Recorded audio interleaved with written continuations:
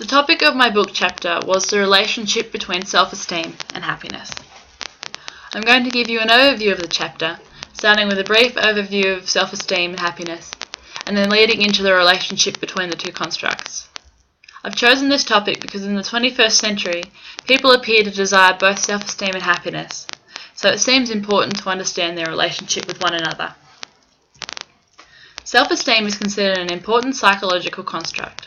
When defining self-esteem, it is often discussed in relation to how individuals feel in regards to their adequacy, competence, or self-worth. Self-esteem is thought to work on a continuum, with one end of the spectrum representing the lowest of the low self-esteem, to the other end that houses the very high levels of self-esteem.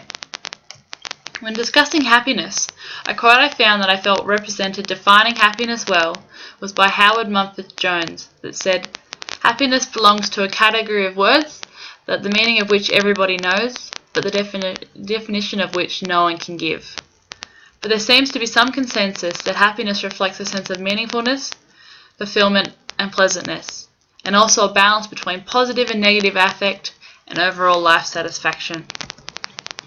There has been substantial empirical evidence that demonstrates the relationship between self-esteem and happiness, but the strength of the relationship, as well as how the relationship works, isn't conclusive.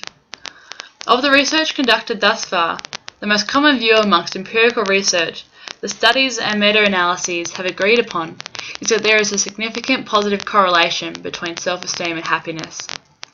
Irrespective of the correlation, researchers stress that they are indeed two separate constructs and can be measured and utilized separately.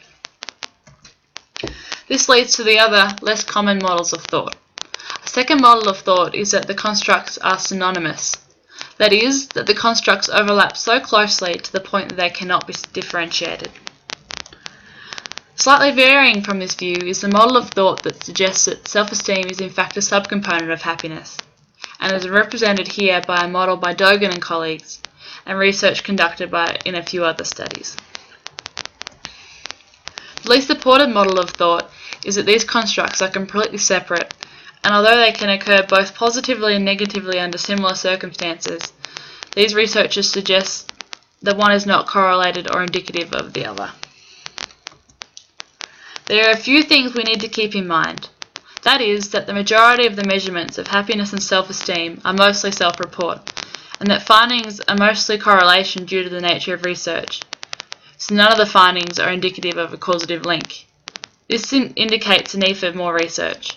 Future research could aim to further pursue the relationship to determine if there is any further clarity, and whether the relationship could be utilized to improve an individual's happiness and/or self-esteem. Thank you.